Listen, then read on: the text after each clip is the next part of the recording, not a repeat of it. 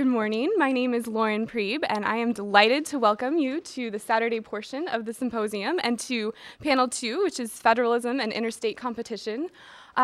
Judge Pryor was unable to be with us this morning due to flight delays, but we are very delighted to have Greg Katsas instead, and very grateful to him. He's going to be a great moderator, so thank you for being here. Mr. Katsas is a litigation partner in the Washington office of Jones Day. He's held many senior positions in the Justice Department during the Bush administration, including Assistant Attorney General for the Civil Division and Acting Associate Attorney General. He was an executive editor of the Harvard Law Review and a law clerk to both Judge Edward Becker and to Justice Clarence Thomas. His current cases include a constitutional challenge to Obamacare, and we are so grateful that you are here today. Thank you very much.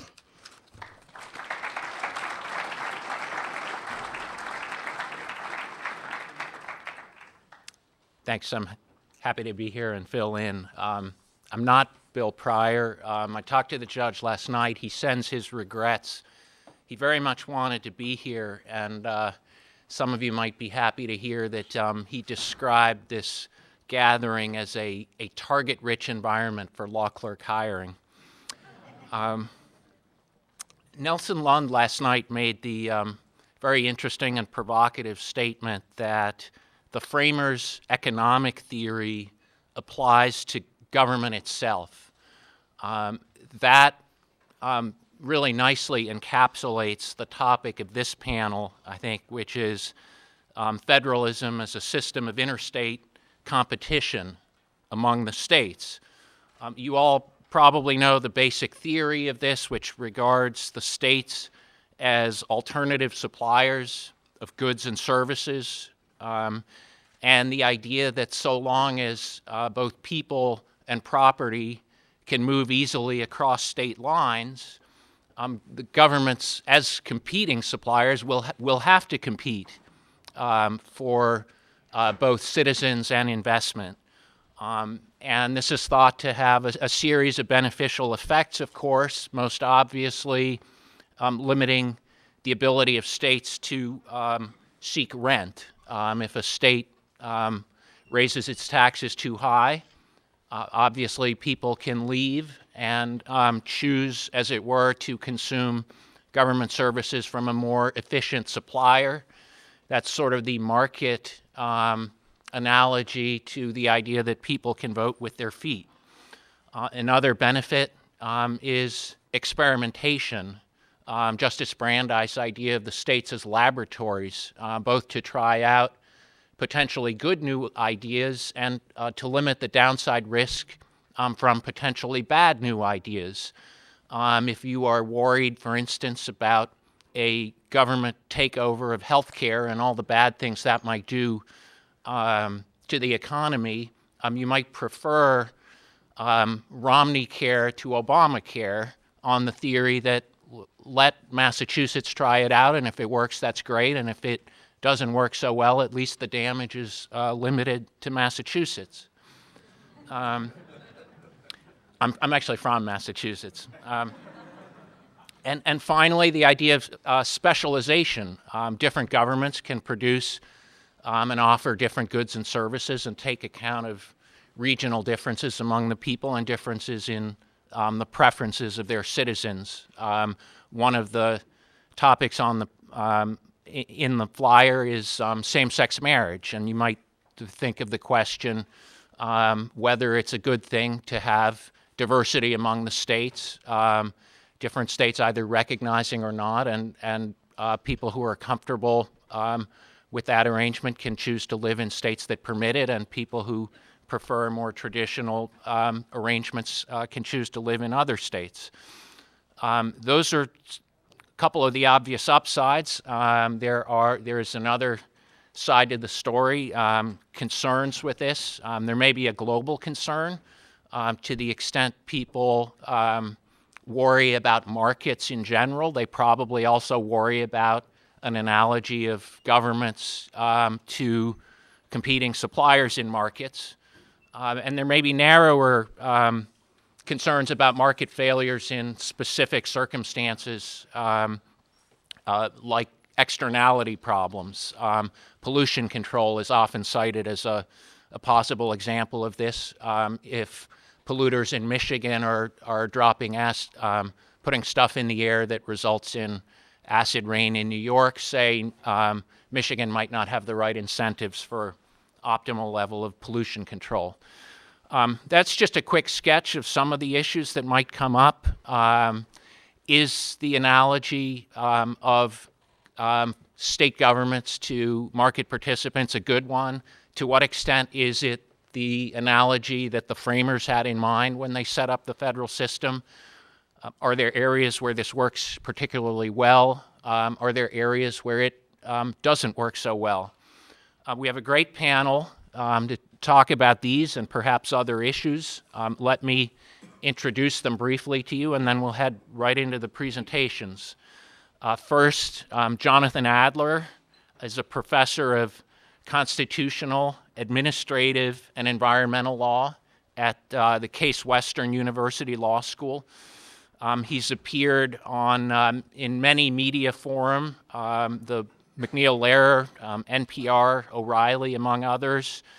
He clerked for Judge Santel on the D.C. Circuit, and he is a former recipient of the Paul Bator Award given by the Federalist Society to an outstanding young academic and law professor. Clayton Gillette is a professor of law at NYU. He previously has taught at, among others, UVA, Boston University, and University of Michigan. He teaches commercial law and local government law. He clerked for Judge Edward Lombard on the Second Circuit and used to work for Cleary Gottlieb in New York. John McGinnis is a professor of constitutional and international law at the Northwestern University Law School. He clerked for Ken Starr on the D.C. Circuit. Was a deputy assistant attorney general in the Office of Legal Counsel in, I believe, the late Reagan and early first Bush administration.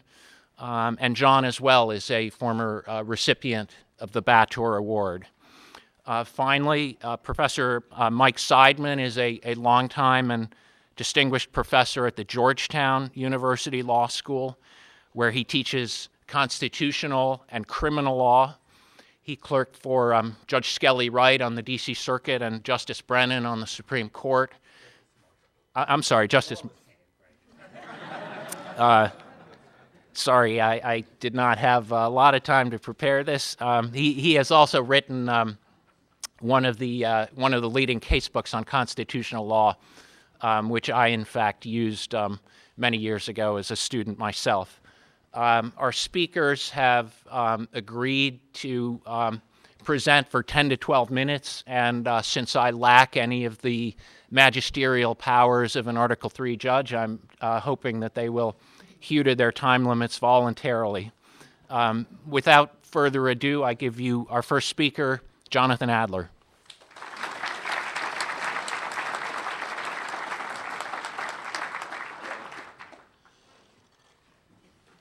Thank you. It's excuse me.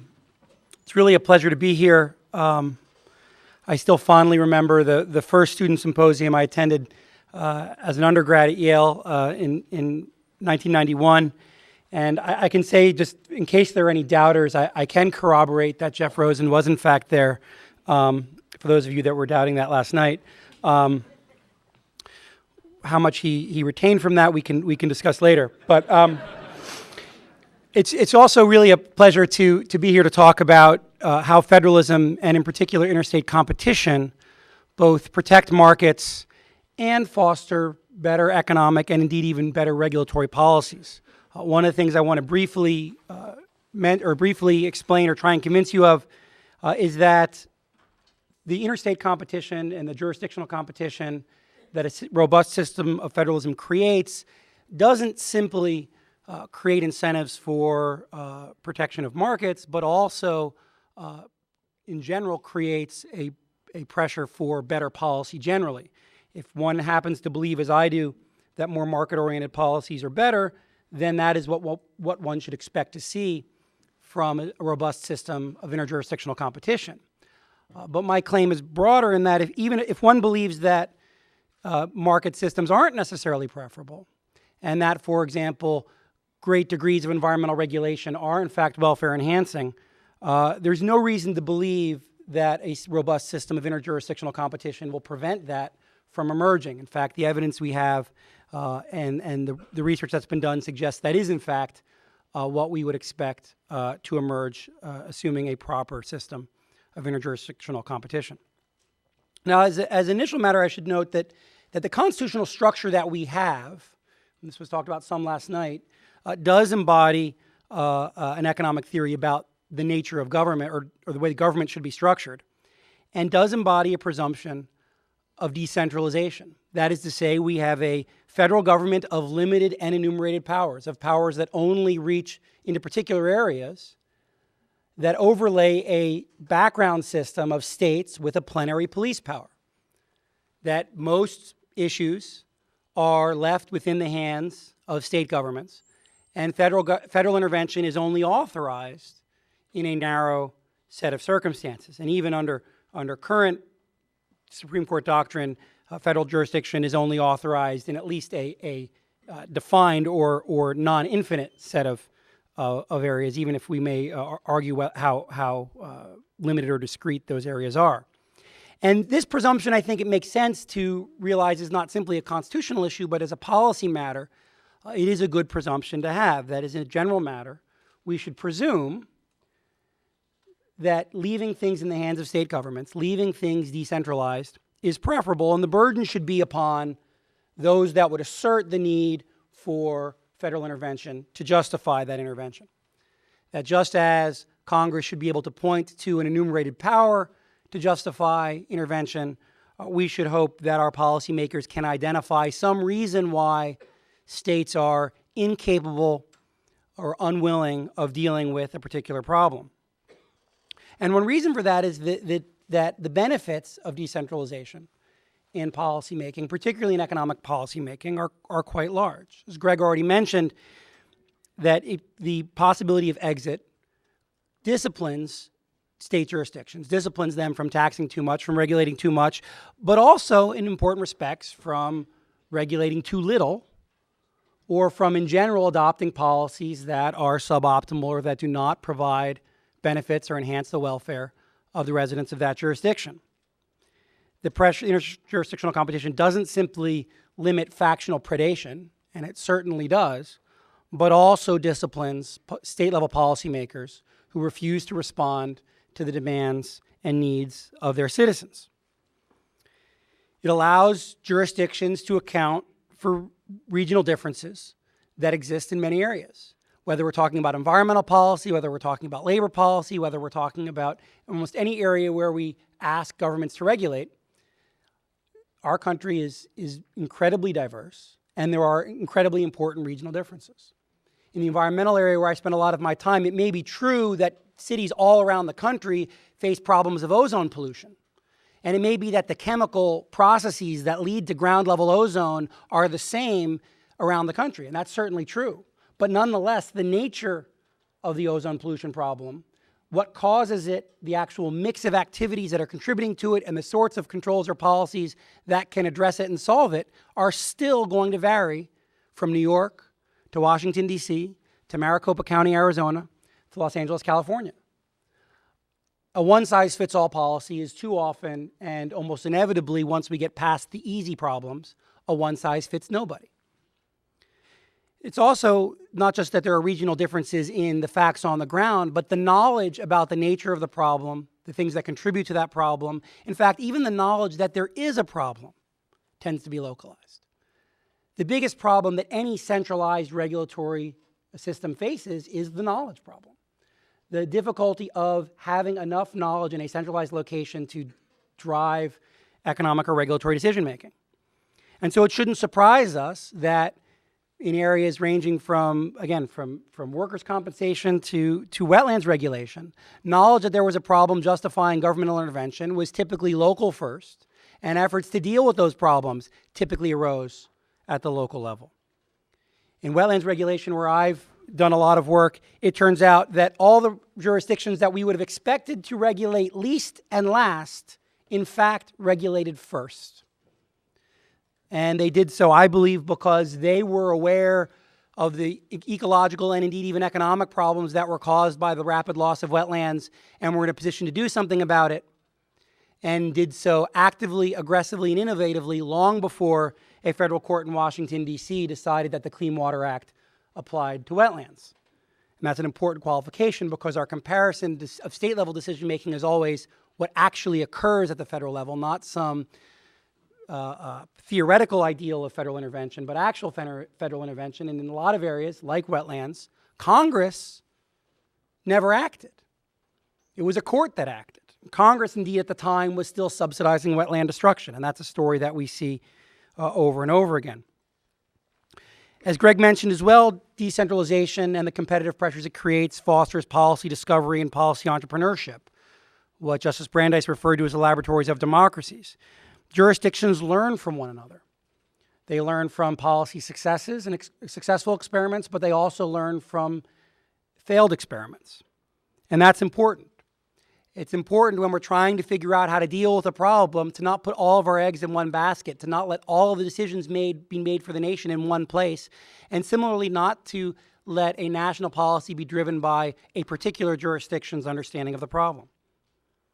And so as a result, over time, and it certainly can be a messy process, but no one would claim that what goes on in Washington, D.C. isn't also a messy process, we learn from the experiments that states make.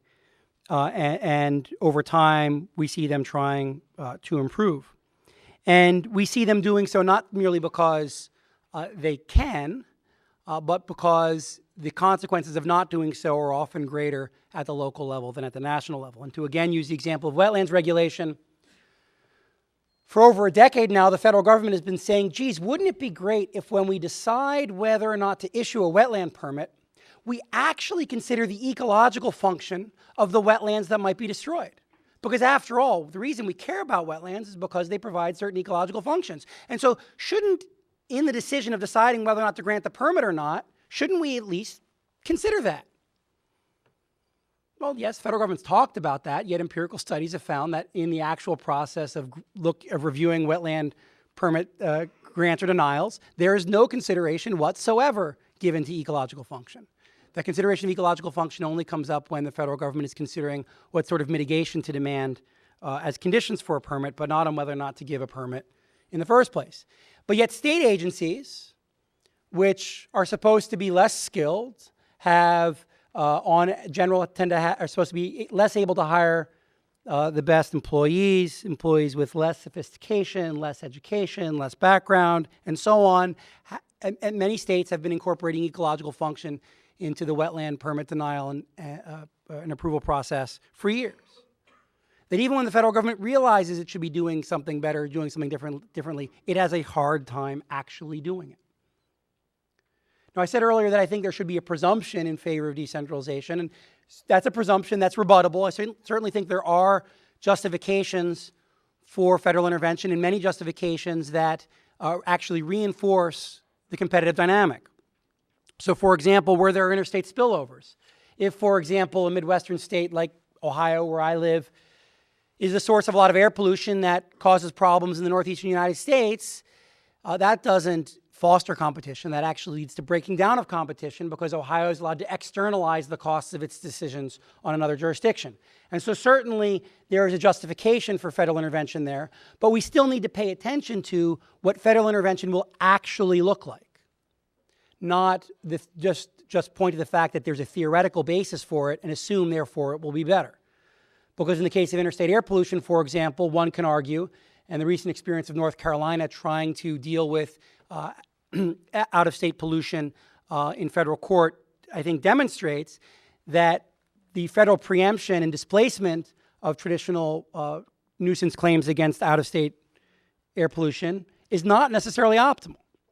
North Carolina, for example, is suffering from the fact that there is upwind pollution coming from other jurisdictions, and the Federal Clean Air Act doesn't provide them with meaningful relief, whereas there is reason to believe that other mechanisms, such as nuisance, perhaps even such as interstate compacts, might have.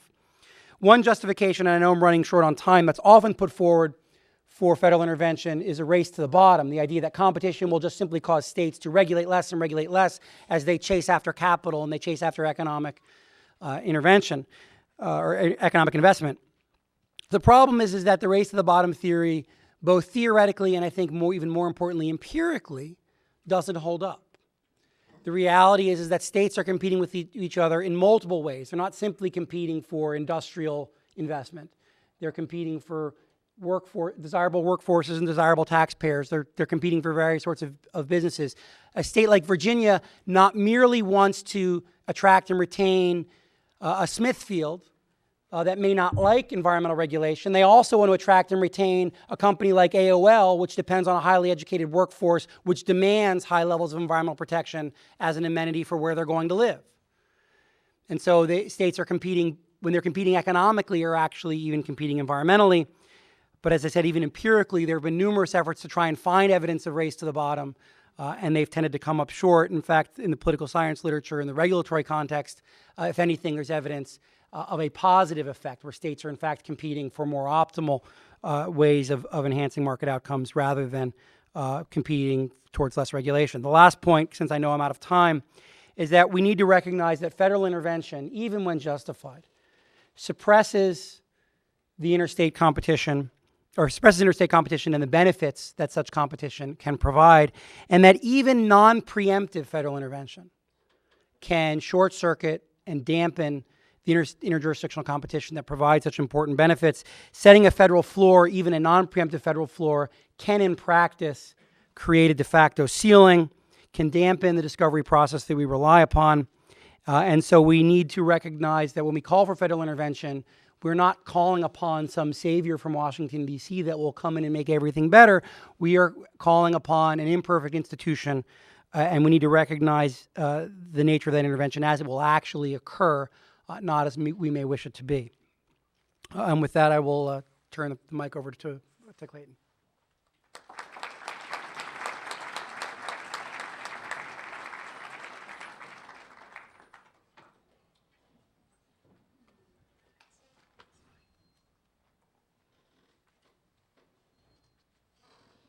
Good morning. It's always a pleasure for me to return to Charlottesville, and I'm deeply appreciative of the invitation you've extended to me to be here. Let me begin by simply reiterating some of the justifications of federalism which have already been invoked. Federalism, by which I, as a teacher of local government law, mean relationships between relatively centralized governments and their relatively decentralized subdivisions, allows different jurisdictions to compete for residents, by which I mean both individuals and firms. That's our operating premise. In effect, federalism induces jurisdictions to offer a bundle of goods and services that may be congenial to prospective residents at a particular tax price. The underlying assumption, as we've heard, is that competition for residents will maximize preference satisfaction as individuals migrate to jurisdictions that offer preferred goods and services, will allow efficient delivery of local public goods as competition for residents drives down tax prices and provides signals of preferred goods and services, and reduces both the size of government and corruption within government because the resultant homogeneity of subdivisions reduces the costs of monitoring individuals, represses log rolling among groups with intense interests that might divert public resources to private use, and causes corrupt activity to be more salient as expenditures that deviate from majoritarian preferences in any particular jurisdiction will simply be more transparent. Now, the conditions under which we're able to achieve all this are somewhat stylized. If we wanted perfect sorting among individuals, we would have to have substantial mobility, substantial choice among a wide array of jurisdictions whose bundle of goods and services is relatively well recognized, and minimal attachments to residents other than for the public goods that those places of residence provide. Thus, if we posit a population of personality-challenged automatons who live on dividend income and have no interpersonal relationships, which sounds a lot like most law school faculties but may not be indicative of the general population, then we might think that these premises of federalism work pretty well. But even with the imperfect satisfaction of these conditions, there's at least moderate empirical support for the proposition that federalism delivers many of its promised benefits.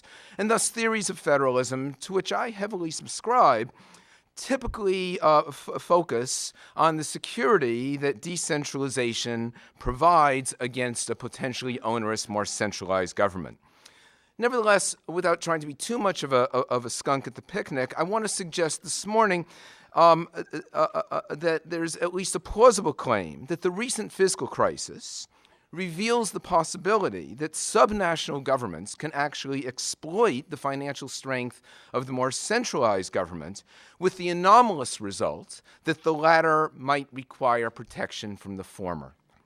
Now, I say this beginning with the following. A frequently unspoken corollary of the benefits of federalism is the presence of fiscal federalism. That is, the benefits of federalism assume that subnational jurisdictions will spend funds that they have raised in the service of pursuing their objectives, and that they internalize the full costs of realizing those objectives. That is, subnational governments neither seek subsidies from the central government to pursue their objectives, nor impose the costs of those objectives on other decentralized or more centralized governments. In short, fiscal federalism requires hard budget constraints. That is, subnational jurisdictions can neither print money nor borrow without limit.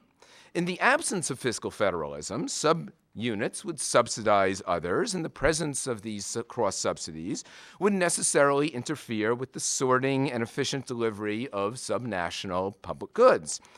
Fiscal resources taken from one subnational jurisdiction and dedicated to another would both deplete the capacity of the subsidizing jurisdiction to promote its own preferences and would dilute the constraints on officials of the subsidized jurisdiction, because those officials would have less accountability with respect to funds that they've received from non-residents. In effect, the benefits of federalism heavily depend on the exercise of fiscal discipline, and that discipline itself exists only when there's a congruence of revenues, that is, taxes generated within the jurisdiction, and expenditures. Now, this is not to say that all subsidies are inappropriate. Central government programs that induce subnational jurisdictions to act in a manner that serve national purposes, a common market, a common currency, common defense, and desirable redistribution, would be perfectly appropriate, just as incentive pay to make employees serve employers better is non-controversial. But the negative implication of fiscal federalism precludes decentralized jurisdictions from externalizing costs that might disrupt the efficient delivery of services by the decentralized or centralized jurisdiction, or by other decentralized or the centralized jurisdiction. But, and I know this will be a shock to you, state and local officials sometimes suffer from perverse incentives to do just that, to externalize costs both temporally and geographically. For the moment, I want to focus on the temporal mismatch.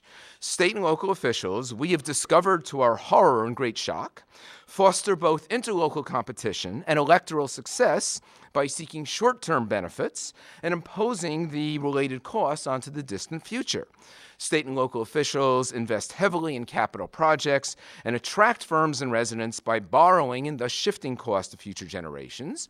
And similarly, it turns out, they may garner electoral support by structuring compensation for public employees in a manner that provides long-term benefits, such as pensions, the costs of which materialize only when the officials are themselves out of office.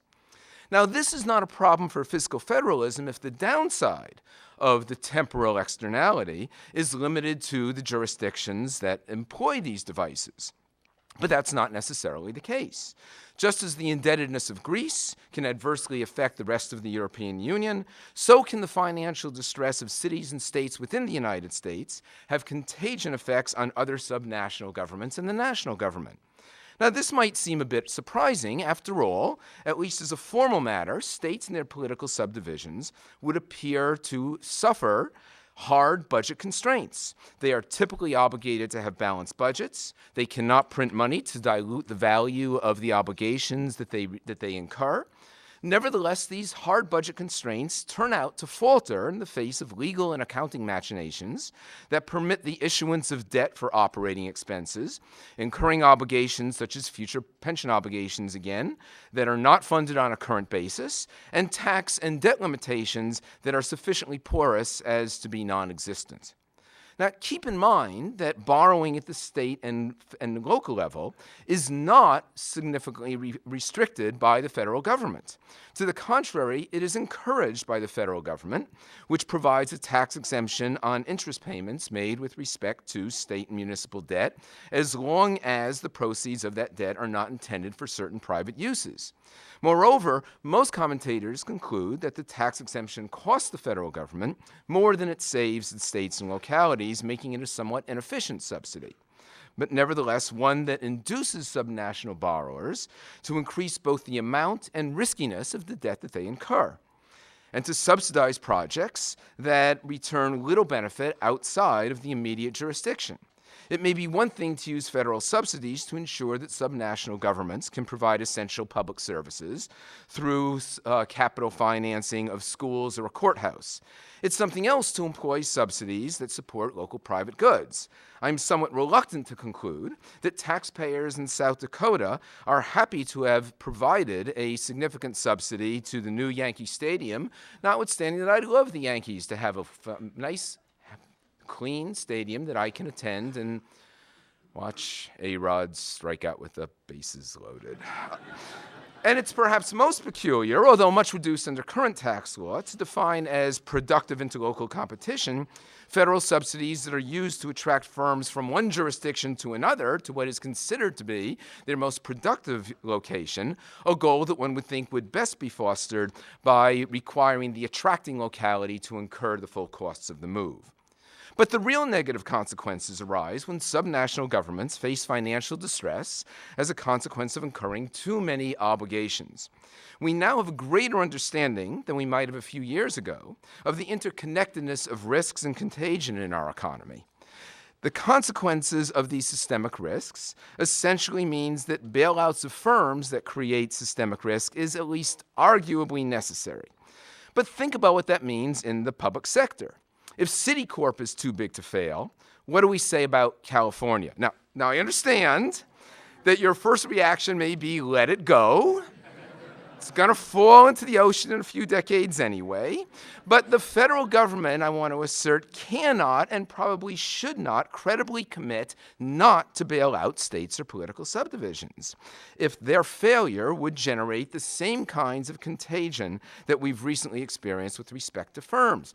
In the 1840s, the federal government did just that. They refused to bail out states that were in deep trouble, and did not suffer. The other states that were not in deep financial trouble did not suffer long-term harms as a consequence. We're not in the 1840s. There was sort of a bimodal distribution of states with respect to the debts they incurred then, so the contagion risk was relatively small, and the federal government did not have a lot of debt. That's not the world in which we live any longer.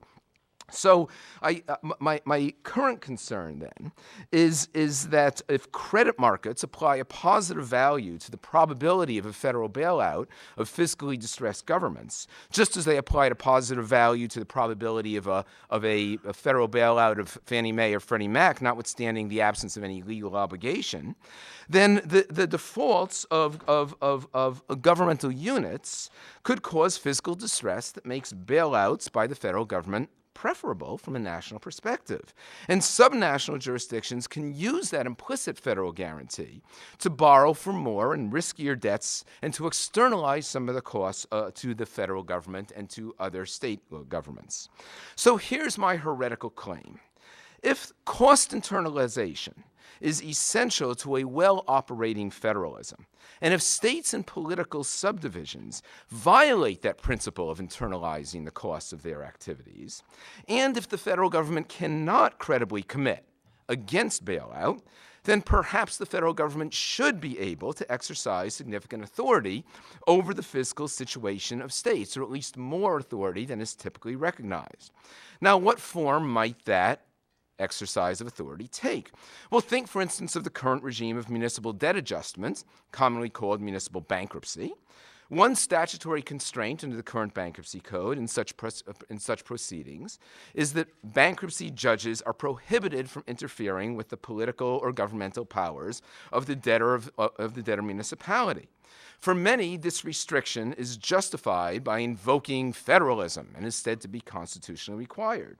But a fiscal overextension of states and localities places the treasuries of other jurisdictions, including the federal treasury, at risk, then it seems unclear that the federal government should be restricted from engaging in any regulation of those jurisdictions in order to avoid the need for subsequent ex post bailouts. And more aggressively, if ex post intervention would be appropriate, why not ex ante intervention to prevent the need for any bailouts or bankruptcies that might have negative externalities? That is, note that states, which are likely to suffer contagion effects from their fiscally distressed municipalities, can exercise substantial control over those municipalities, ranging from advisory boards to fiscal control boards to takeovers. Now, I certainly understand the different constitutional structures and the different constitutional relationships between states and their political subdivisions and the federal government and the states political subdivisions. But if there is a risk of contagion from fiscal distress, I think the irrelevant question is, do principles of federalism prohibit federal intervention in a form that precludes that contagion, or do the underlying principles of fiscal federalism that require subnational jurisdictions to internalize the cost of their activities instead require some form of federal intervention? So I want to simply leave you with the following. My sense is that the answer to that question is more complicated than the typical invocation of federalism to suggest a necessary division and separation of federal and sub-federal jurisdictions normally applies. And yet that is the type of question that I think we must be focused on to determine whether the interjurisdictional competition, which induces states and their political subdivisions to incur many of these debts that may have contagion effects, is in fact a game that is worth the candle if what that means is keeping the federal government out of the game entirely. Thanks very much.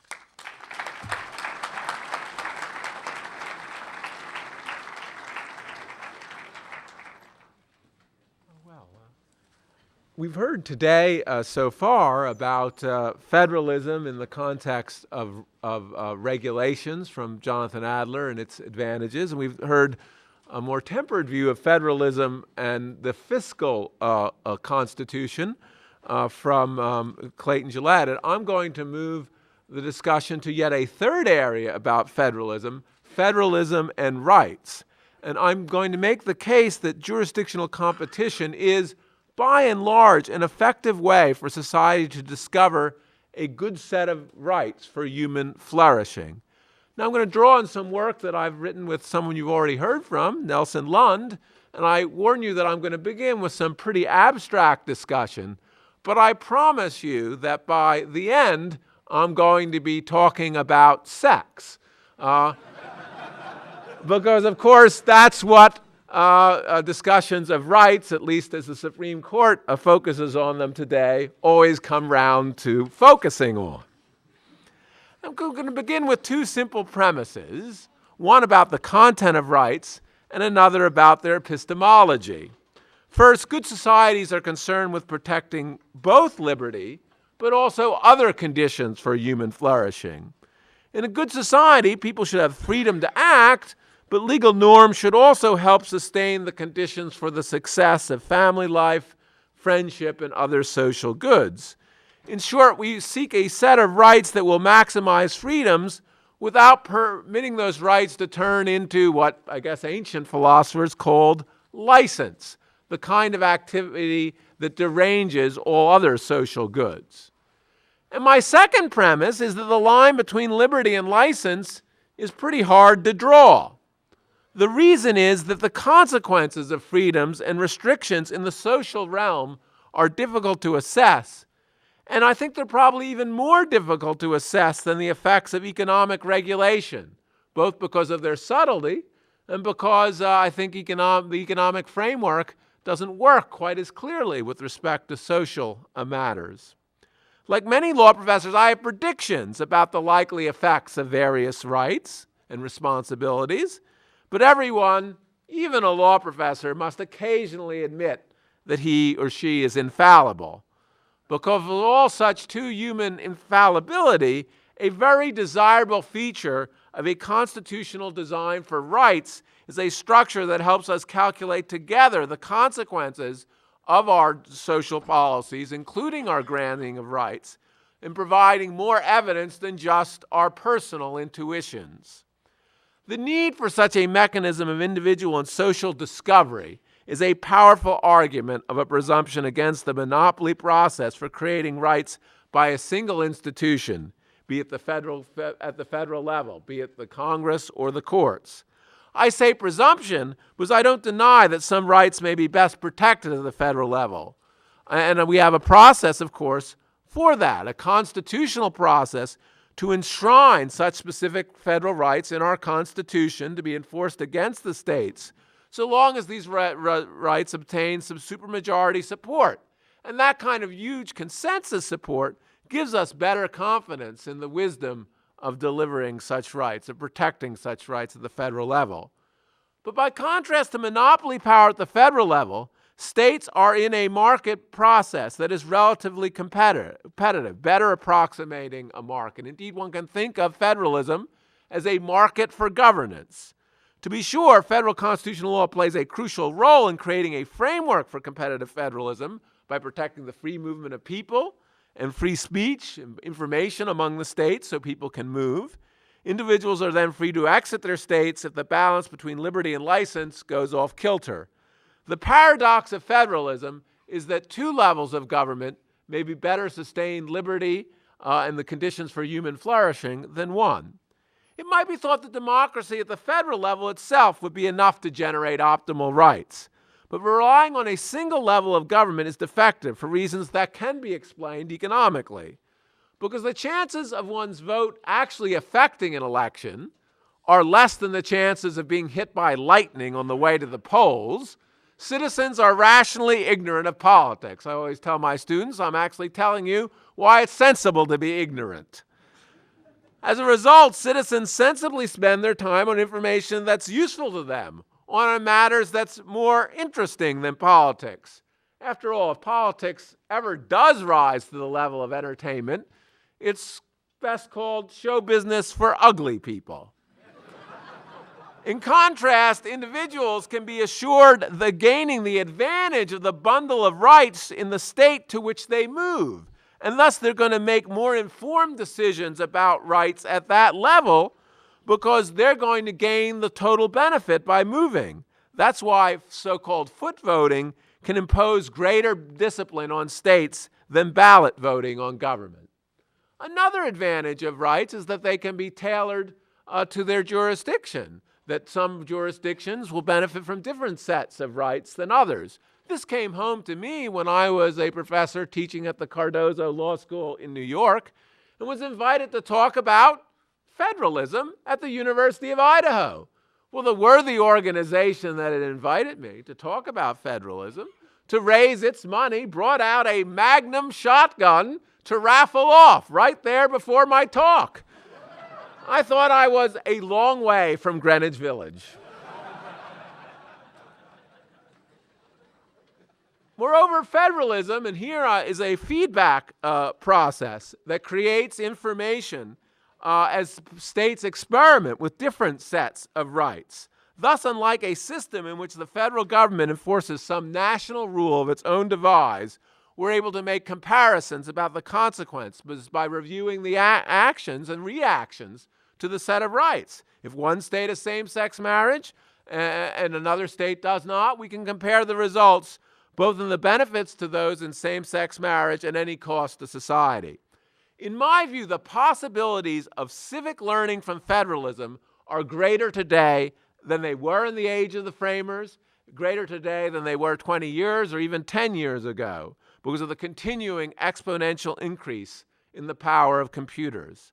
More facts about the effects of rights in different jurisdictions can be collected and recorded in systematic form. More complex calculations can be made on data In fact, the recent victory of a computer on Jeopardy suggests, indeed, as scientists think, that computers themselves will soon be making connections between social phenomena that previously eluded humans, and this kind of scientific impressions are going to be advanced by federalism. Indeed, economic history teaches us that new forms of measurement were at the heart of the Industrial Revolution, accelerating innovation and the assessment of private productivity.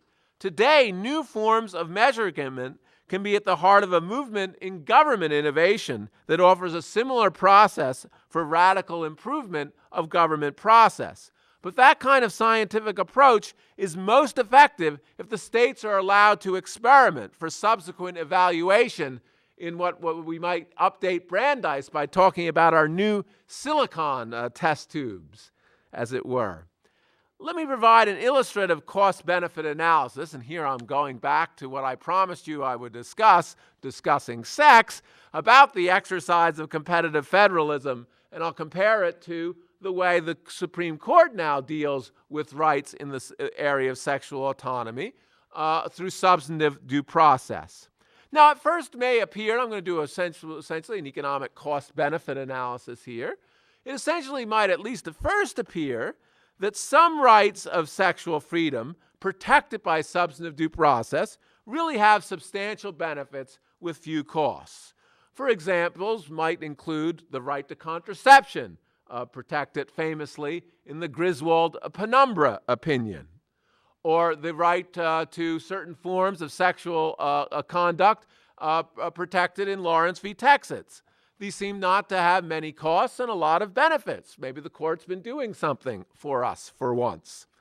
Yet the actual Supreme Court decisions here had a relatively small benefits. They prevented few actual infringements of people's liberty. They invalidated laws that were, or probably soon would have become, dead letters anyway.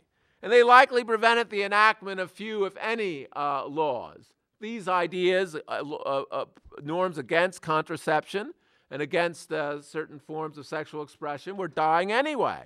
In fact, my claim, it was not the court that was crucial to the development of these rights of sexual autonomy. It was federalism. Long before Griswold and Lawrence, individuals who felt oppressed by local sexual regulations, not to mention the sexual mores of which even the court has not thought it could interfere, have migrated in the course of American history to more tolerant jurisdictions, to New York, to San Francisco. There they publicized their lifestyles and used the media to promote the loosening of sexual inhibitions. Thus, it was the denizens of a few places whose autonomy to decide on their rights and their own mores was protected by federalism, who've actually generated the rights of sexual autonomy that have enjoyed a consensus among people. In contrast, the decisions that have not been supported by any political consensus, that are quite controversial, have had large effects whose net benefit value is really quite open to question. Roe v. Wade is, of course, the most notorious example. Moreover, the national uniform rule of Roe v. Wade has made it impossible to experiment domestically with the many varieties of abortion regimes that we see around the world.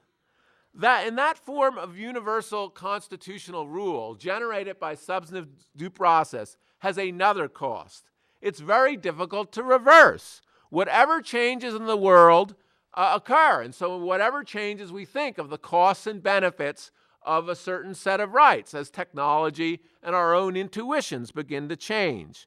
Substantive due process deprives the nation of the sober second thoughts that a competitive process of federalism permits. Let me close by suggesting the fundamental ways in which competitive federalism shares in the virtues of the market. The market allows people of diverse tastes to satisfy their desires by products they want. Federalism makes it easier for citizens to choose the bundle of rights they would like. But in addition, federalism, like the economic markets, dissipates social tension by which was created by forcing everyone to live under a single uniform regime. The market forces people to serve others in order to better themselves, disciplining individual selfishness. Federalism forces government officials to serve the people, reducing agency costs and thus promoting genuine efficiency. The market is future-oriented. Changes in preferences and circumstances are reflected in changed prices, and federalism is similarly future-oriented. When old legal norms don't serve, states have an interest in creating new ones. But above all, the market, like the market, federalism encourages a spirit of humility and experimentation. And I think of all of its benefits, this is the one that I think is the most important and often least recognized. Anyone in business recognizes that his or her idea, however good, must be tested by the consequences. It may fail or succeed, but not by his own imagination, but by the decisions and effects on others. Similarly, federalism creates a focus on consequences as well, on the facts we have in common, rather than on the personal intuitions about rights that often may divide us. Thus, federalism, it seems to me, like other markets, like economic markets, cultivates what Learned Hand called the spirit of liberty that is not too sure it is right. Economic markets and federalism together can continue to capture that spirit for our time.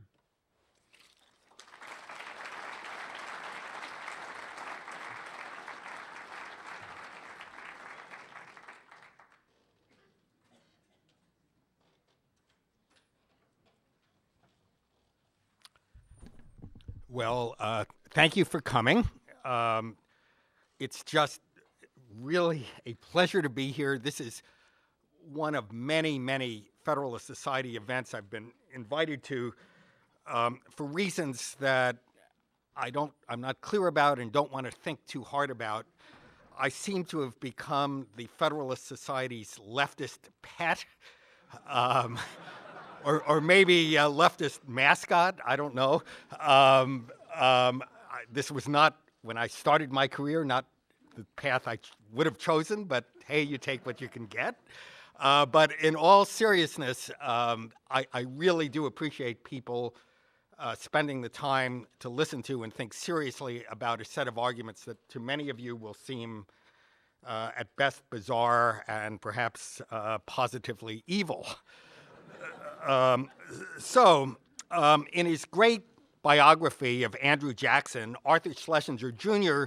celebrated Jackson's defense of states' rights and his opposition to federal power.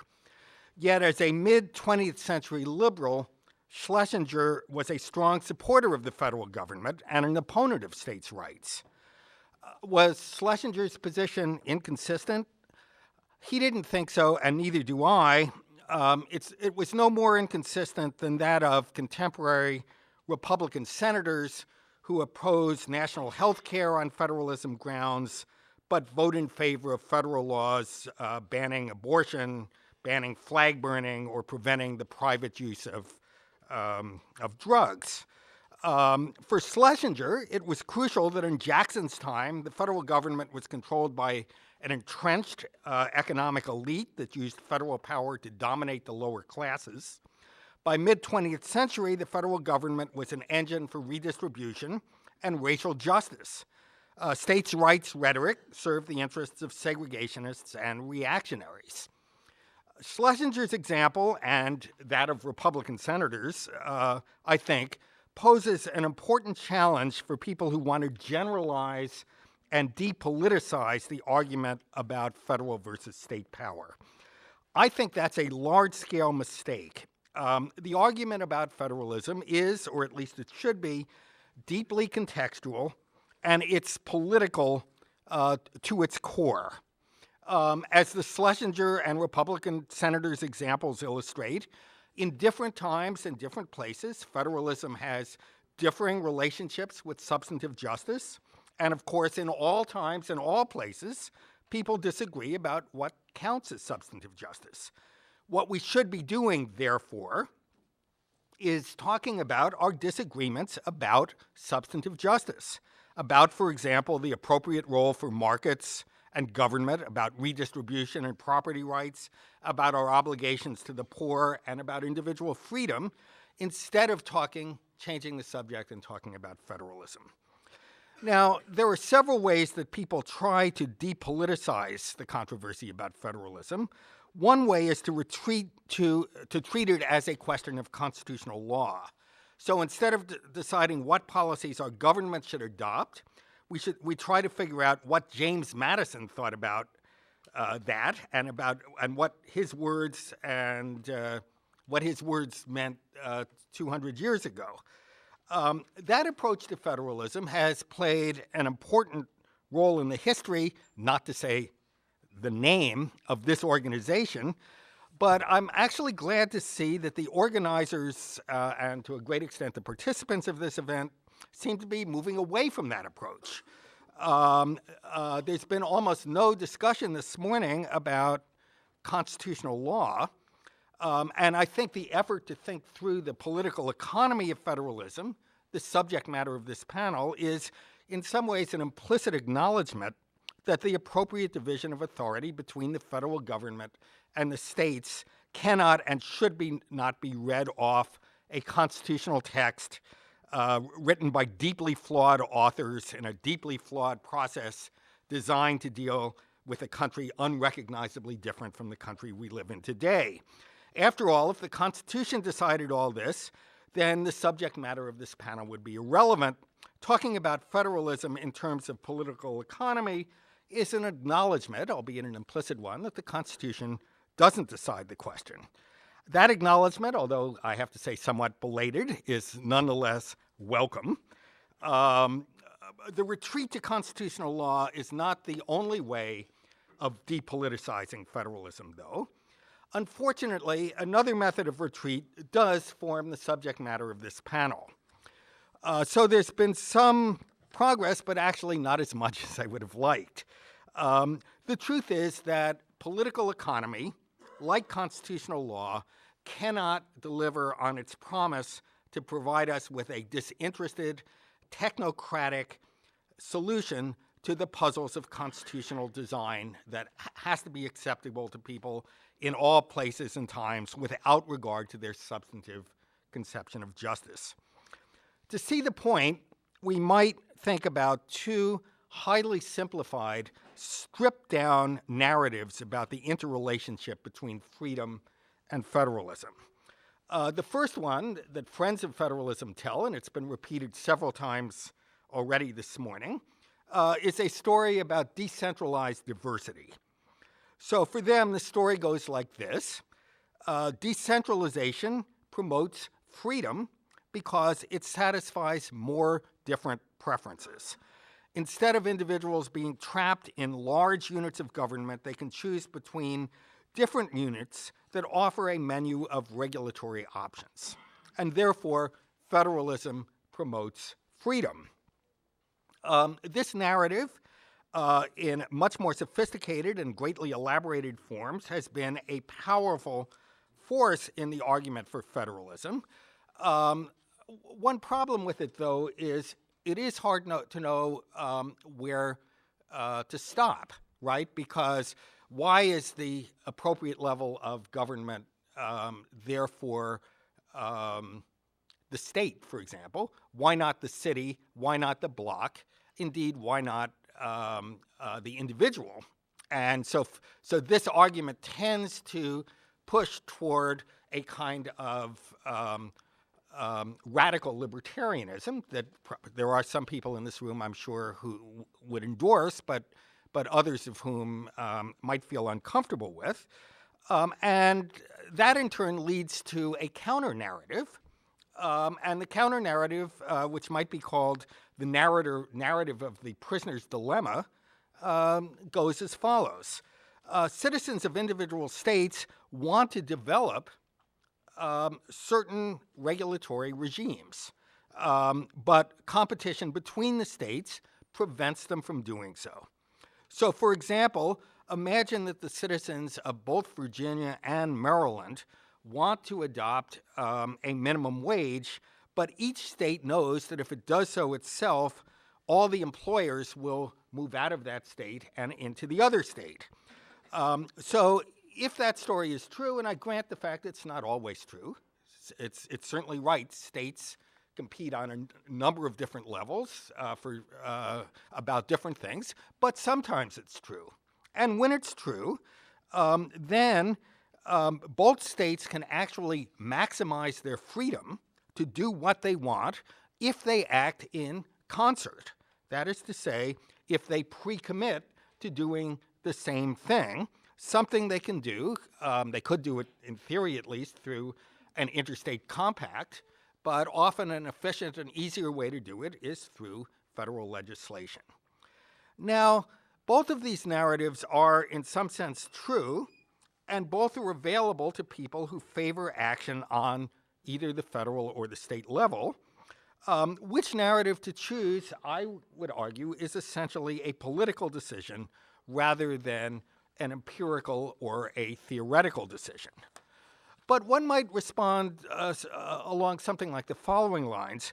Doesn't the second narrative presuppose that freedom, in fact, consists of collective democratic action rather than action on the individual level? After all, a minimum wage is collective democratic action rather than individual action.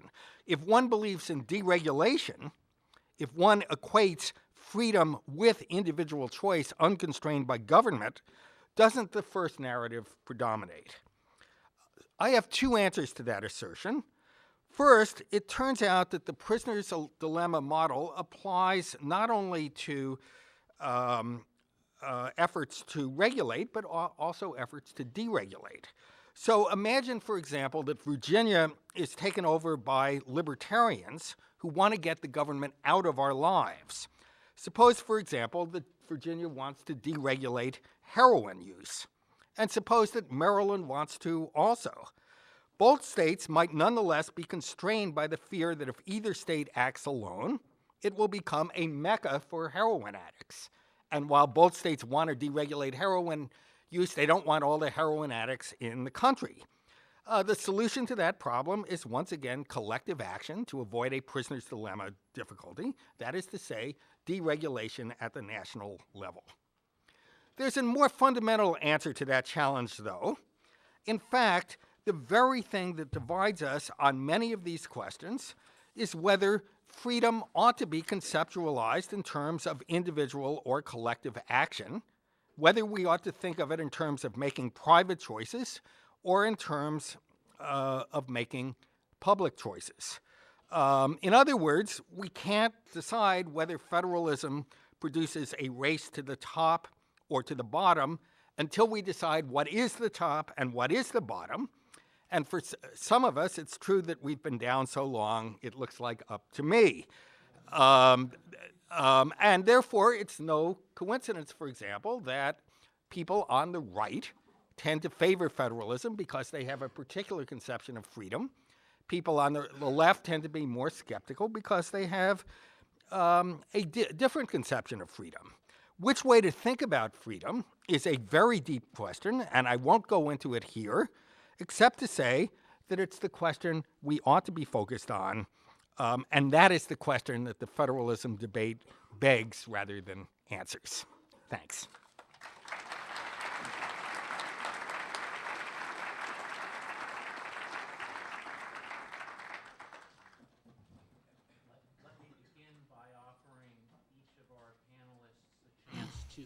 Respond to any comments made by their co-panelists.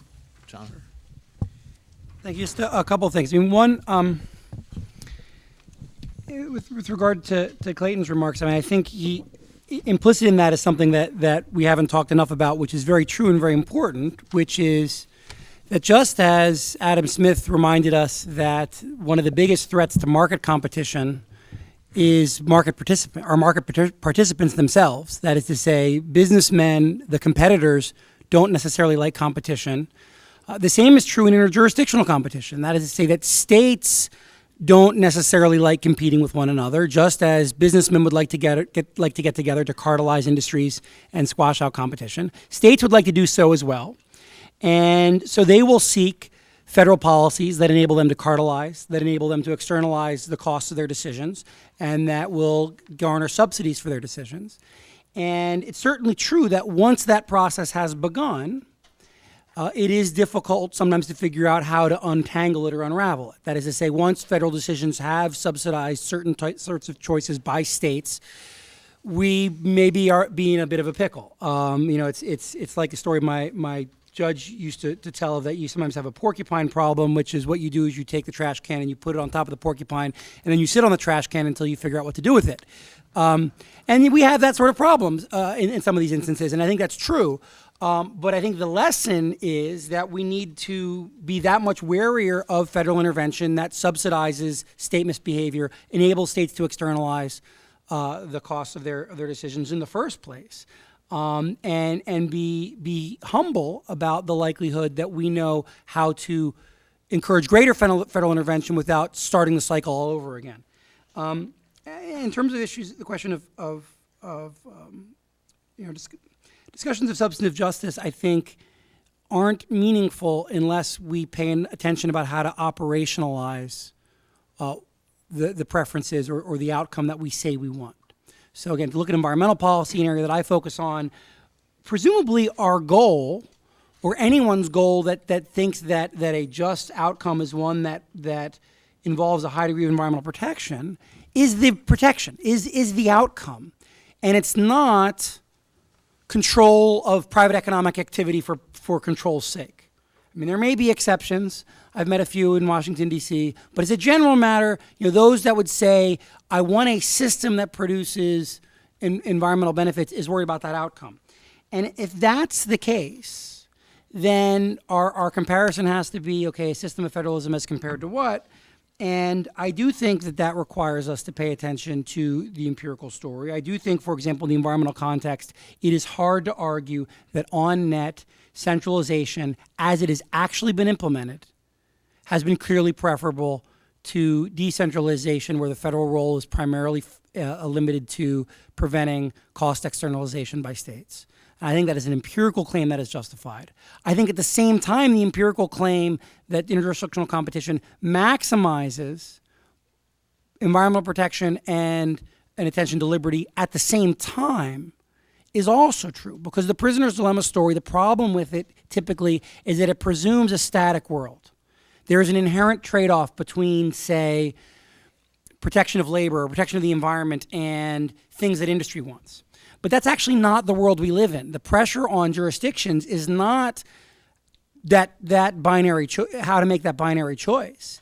The pressure on jurisdictions is how to figure out how to make that choice or cut less deeply, how to in fact maximize both. So the pressure on a jurisdiction like Virginia is not, do I choose industry or environmental protection? It's, how do I maximize both? How do I find ways of maximizing environmental protection, at least cost to industry, and do both simultaneously? And in fact, that is empirically what we see. And so while it's imperfect and while it's messy and while it doesn't give us everything we want, I think that actually we can satisfy more of the preferences of both the libertarians and those that desire other things through a robust system of interjurisdictional competition. And I think the facts bear that out.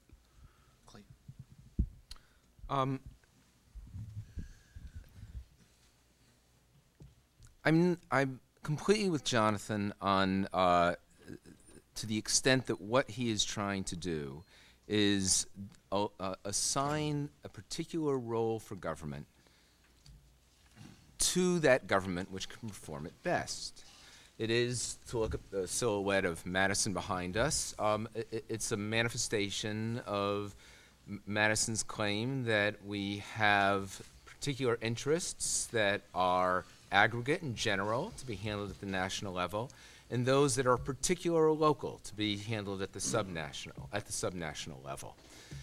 But because that is a key question, and because it becomes a question in large part due to the fact that all jurisdictions attempt to exceed their boundaries, that both federal and sub-federal jurisdictions attempt to exercise power outside of their boundaries. That's just the nature of the political economy that drives what's going on. Both subnational and national officials have a set of perverse incentives.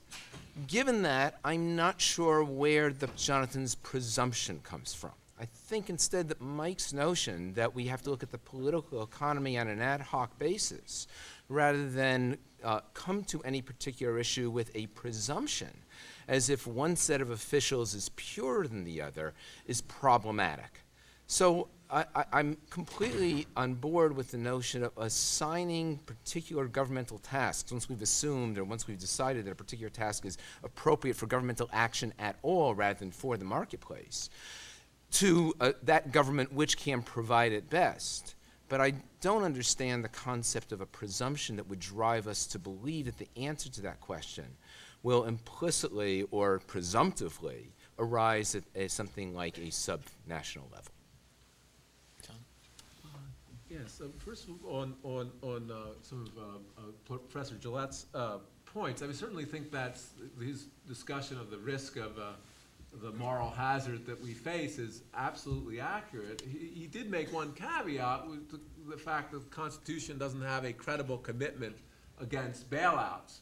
And so I think one question would be to investigate whether one could have such a credible commitment.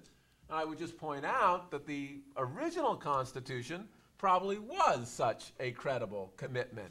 It did not even give power of income taxing, so the federal government didn't have money to give out, first of all, and it didn't give such a large enumerated powers that the federal government had authority to simply bail states out. So it is possible to think of a world in which there are such credible commitments. Now, maybe we can't have one in this world. We could have a discussion of that. But I think before giving up on fiscal federalism, one might want to investigate whether there's a possibility of a credible commitment. Can I just? I don't think I'm giving up on it. I'm trying to instantiate it. I'm trying to enforce it. I'm far from but giving up. I just on want to point out that the original Constitution, I think, included such a credible commitment, and I think we might want to think about and then I applaud trying to figure out a way of recreating it. With respect to Professor Seidman's remarks, I mean, I think I am in some disagreement, and I think the disagreement can be best exemplified by this point that I'm just very skeptical. I think we are in a world where individuals are quite ignorant. Individuals are ignorant, actually, of the consequences of their intuitions about what is substantively right, just generally, and it's also very hard for them, particularly in politics, to make a lot of progress on that without having a structure that gives them a lot of facts. I think a lot of our disagreements have to be understood in the terms of what our principles are going to do out there in the world, not just abstractly what we're going to talk about justice. And if that is true, federalism in general, and again I say I'm with Jonathan talking about presumptions, there may be areas where it does not work, has a lot of advantages over top-down forms of social ordering. The two are, one, it injects a lot more facts, we have a lot more diverse, and we actually can see what the results of different principles of justice are. And secondly, it allows citizens to operate without themselves simply relying on their vote to get them to an area of a principle of justice that they like. I mean, it's been famously said by Oscar Wilde that socialism takes too many evenings. And that's one of the problems with simply thinking that we can instantiate a political system where certainly at a high level of generality, we collectively discuss what justice is going to be. The difficulty with that is we're not going to get enough feedback, and people just aren't going to pay enough attention in the political process as compared to when they actually can move and get the benefits of our debates and different systems which are founded on different principles of justice. So that's my problem, basically, that I do think federalism ultimately rests on a view of human nature about our limitations and our constraints in discussing together the principles of justice, and in recognizing that the best way of making progress is actually to figure out what different principles of justice, actually what facts they generate on the ground. Well, okay, I'm grateful for you putting the disagreement so clearly. So I actually agree with Jonathan that we need to think hard about how we operationalize substantive justice.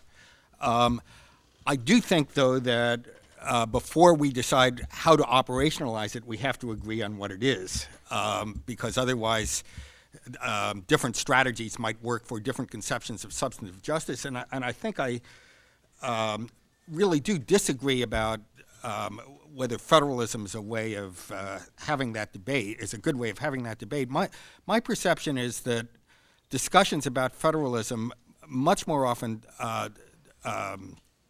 distract us from the debate. So let me give you a very specific example. Think about national health care. So I've made the following bet with a colleague of mine.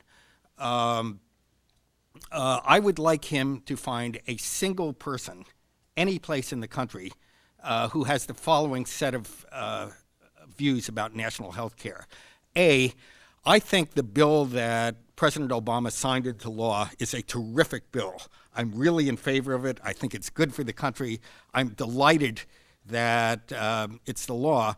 But B, it's just a shame that it's unconstitutional.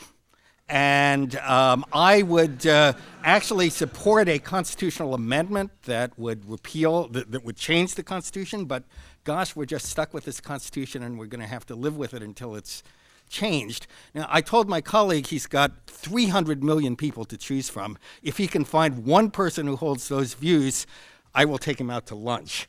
Now, I'm not going to make the bet with all of you people. There might be one such person out there, but and as much as I'd like to have lunch with all of you, I have limited resources. But I will just point out he has yet to come up with a single such person. Now, what does that tell us? I think that tells us that talking about whether the health care bill is constitutional under principles of federalism is a gigantic distraction. What we ought to be talking about is this a good bill or is it a bad bill? Not whether, not what James Madison thought about it or whether it comports with some abstract theoretical political economy, model of political economy. Just one other word, in terms of operationalizing substantive conceptions of justice, I would be shocked, and it seems to me you should be too, if the way to operationalize any particular substantive conception of justice was the same any place and anywhere. These things are going to change. They're going to be different in different times and different places.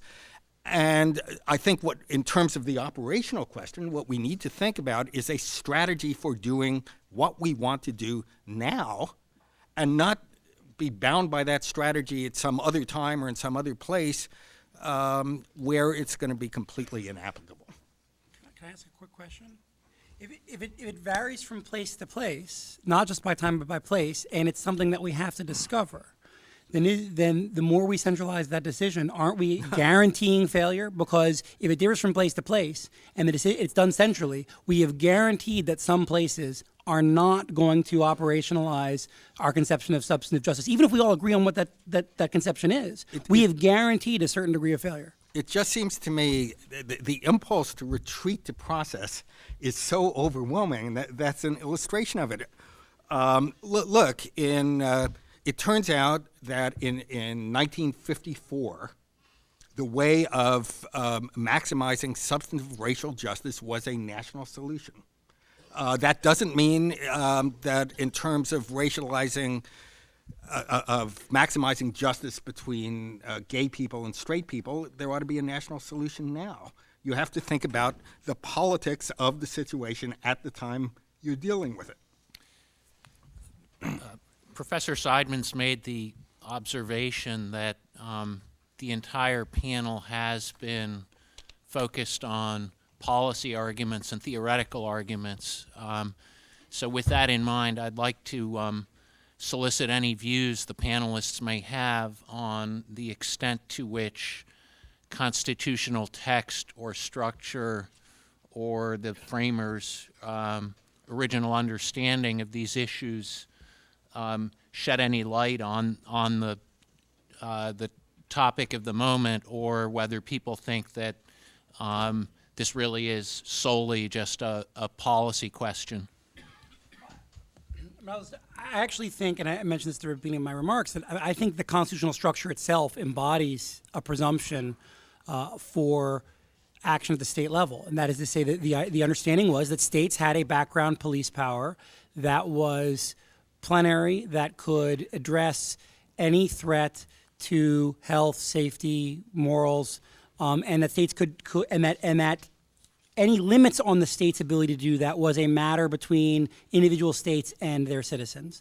Whereas the federal government was given a set of discrete powers to address certain types of concerns that the founders believed, rightly or wrongly, were better able to be addressed at the federal level. And that the federal government either had a comparative advantage because of economies of scale, or for example, like something like national defense, or because the federal government could solve coordination problems.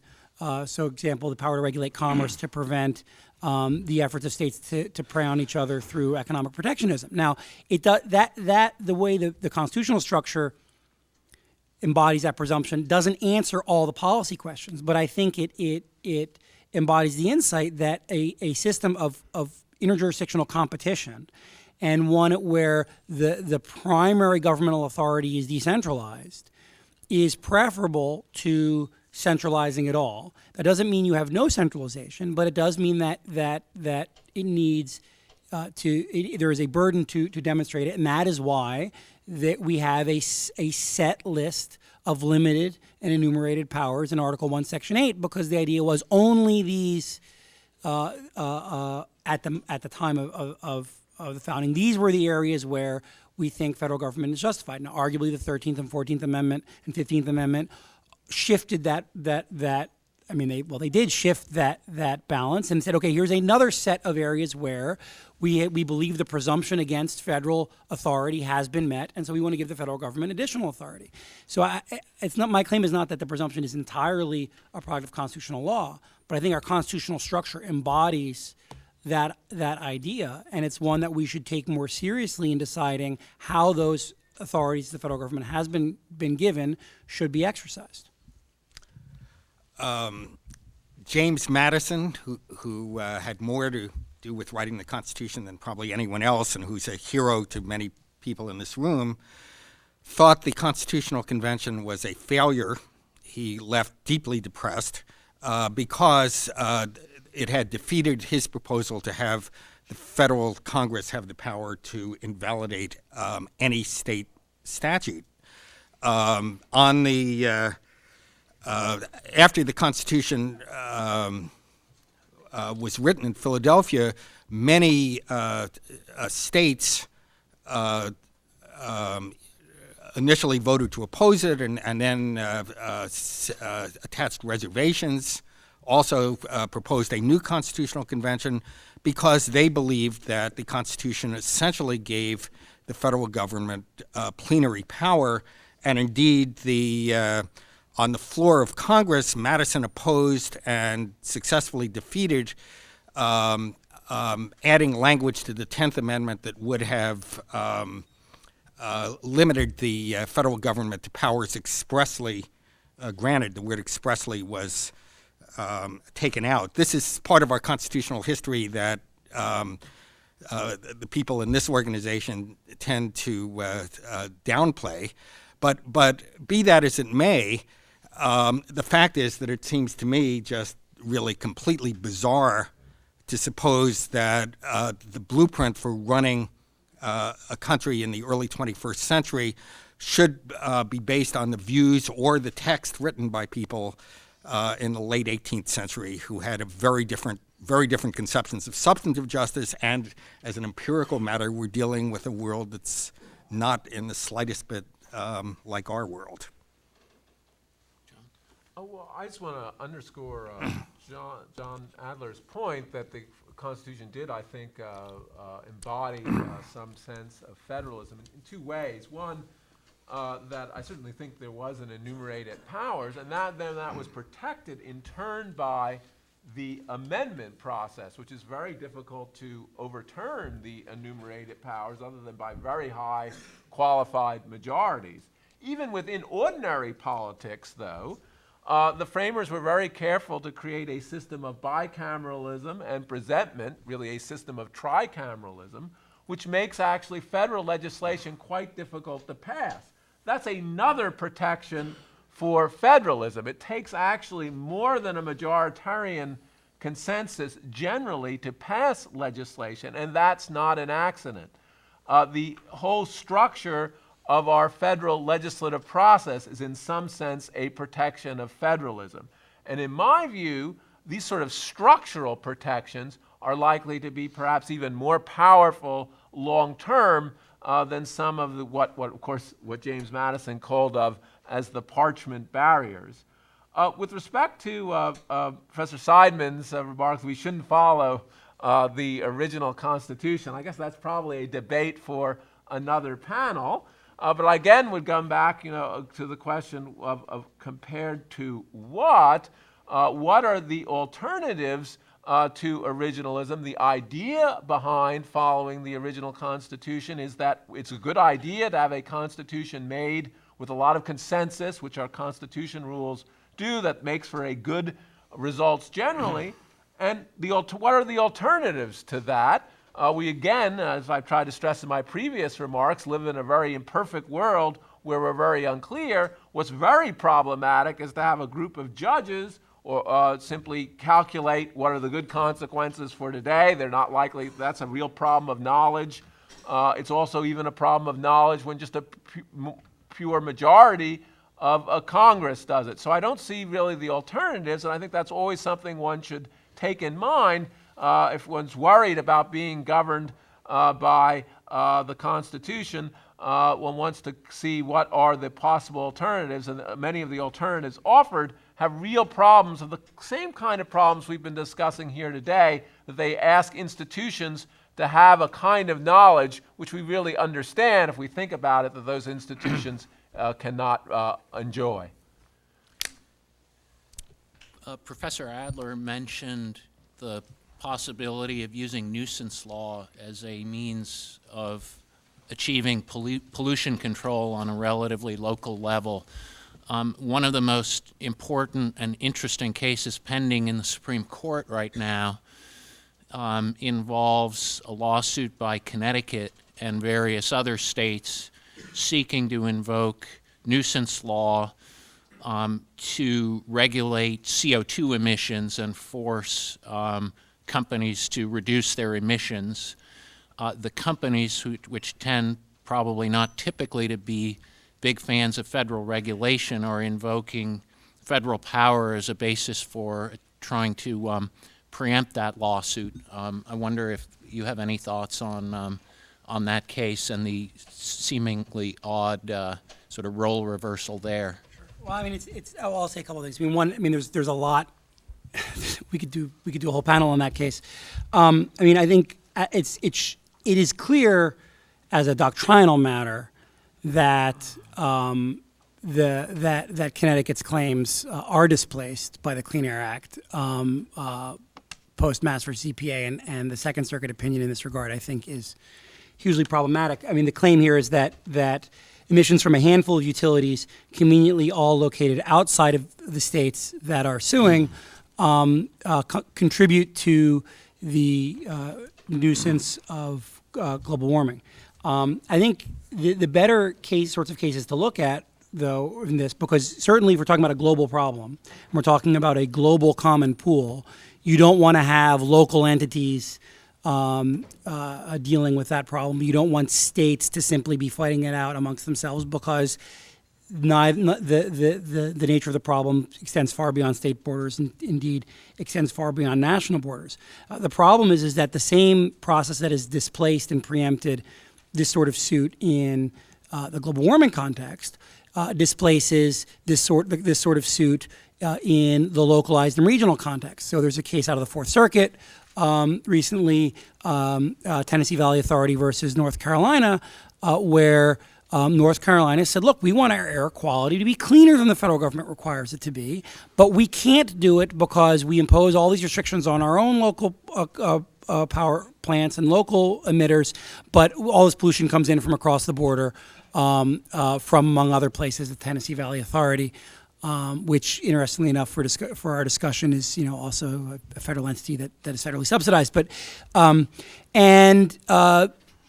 under current doctrine, that suit is preempted as a matter of federal common law, and the only way that suit can proceed is if North Carolina can demonstrate that the upwind polluters are in fact engaged in nuisances as defined within those upwind jurisdictions.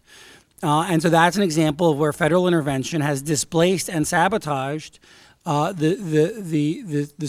interjurisdictional competition we would have otherwise. Because just as market competition relies upon secure property rights among those in that marketplace, any system of interjurisdictional competition requires defending and protecting what we could characterize as the quasi-sovereign property that jurisdictions have.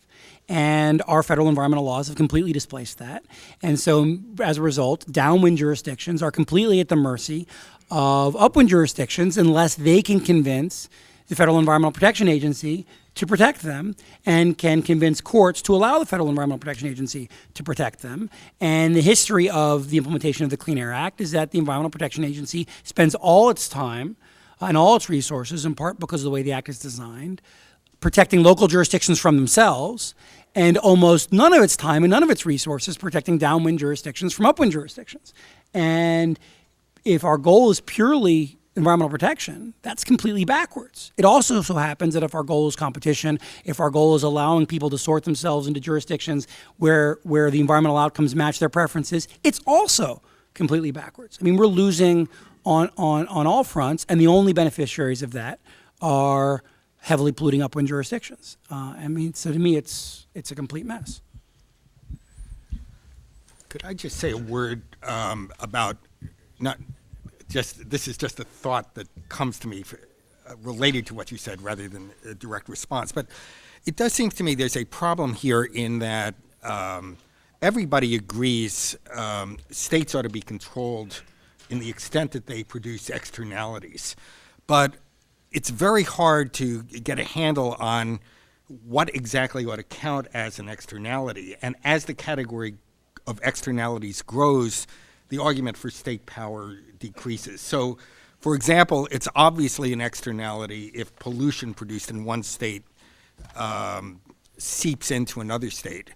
But why exactly isn't it an externality if I, living in D.C., read in a newspaper about mountaintops being removed in West Virginia, and it makes me really sad. It reduces my welfare.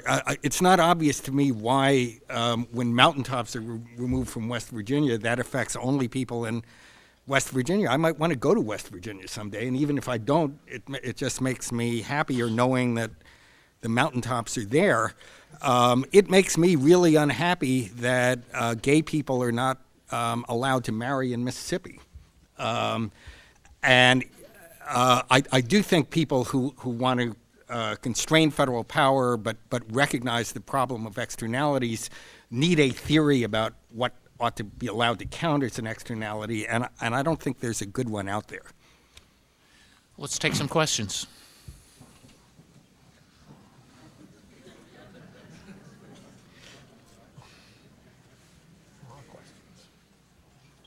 Go ahead. My question is for the entire panel. You all talk about interstate competition, and one of your major premises is the free flow of people and industry across state lines. Now, while I understand that on a theoretical level, I was thinking that the reality is much more complex than that. That if I, living in Virginia, want to move my family to Maryland, I can't just up and move. There's a whole lot of host of things that have to happen first, and I wonder how that complexity is play into your Well, this is one of the reasons I teach local government law. Exit costs matter. It matters a great deal to theories of optimal sorting. So obviously, when I talk about assigning the role of government to that government which can fulfill that role best, most efficiently, one of the things that needs to be taken into account will be the adverse effects on individuals who disagree with that policy and their capacity to live in a Taboosian world in which they can vote with their feet. So with that in mind, given that exit costs are relatively low from one locality to the next as opposed to from one state to the next or one nation to the next, we might be more willing to allow the kinds of experimentation, the kinds of different policies that we've been talking about to arise at the local level than we are at the state or certainly at the national level. I think this is, again, an example of what Mike was talking about before when he was suggesting why the state level, why not the community, why not the block, why not the individual? Well, again, there's no answer to that on a every policy across the board basis. The answer has to take into account the ability of each of those units to optimally implement a particular policy and the consequences for those who disagree with it or who are adversely affected by it. Anybody else? Just say, I mean, one thing to pay attention to is that the exit costs aren't static, and competing jurisdictions certainly have it in their incentive to find ways of reducing exit costs of people in other jurisdictions, right? So Illinois' taxes go through the roof, and neighboring jurisdictions start trying to reduce the information costs of Illinois-based firms about what their alternatives are. And so you see competing states at present running ads in Illinois about the benefits of moving businesses from Illinois to neighboring jurisdictions. Another example historically, and David Bernstein has written about this and relates to the role of the federal government in preventing states from doing the reverse, from increasing exit costs, is as Reconstruction started to fade, what a lot of southern states did was enact laws barring recruiters from northern firms coming down to the South to recruit free blacks to work in northern firms, and that was an effort that southern states were taking to essentially increase exit costs so they could maintain a captive population and effectively resubordinate freed slaves. And the federal government clearly can play a role in preventing states from increasing transaction costs, and there may even, or exit costs, which is a form of transaction costs, and may even be able to do things which help reduce exit costs, which make the system of interstate competition work more effectively. Thanks. Other side of the room? I'm hearing talk in some progressive legal circles that they are also becoming fans of federalism, that there is talk of allowing state constitutions to be independent sources of rights apart from that of the national constitution, that not all state constitutions should be interpreted the same way that we interpret analogous portions of the federal constitution. Even the other side seems to be recognizing that there is value to federalism and different states having different policies and different needs, and recognize this. I'm wondering what your thoughts are on that as sort of a macro level of federalism. Would you be opposed to sort of like this peace deal with the other side that we will have regulations that we see fit, and we'll find the basic regulations in our own laws, our own constitutions.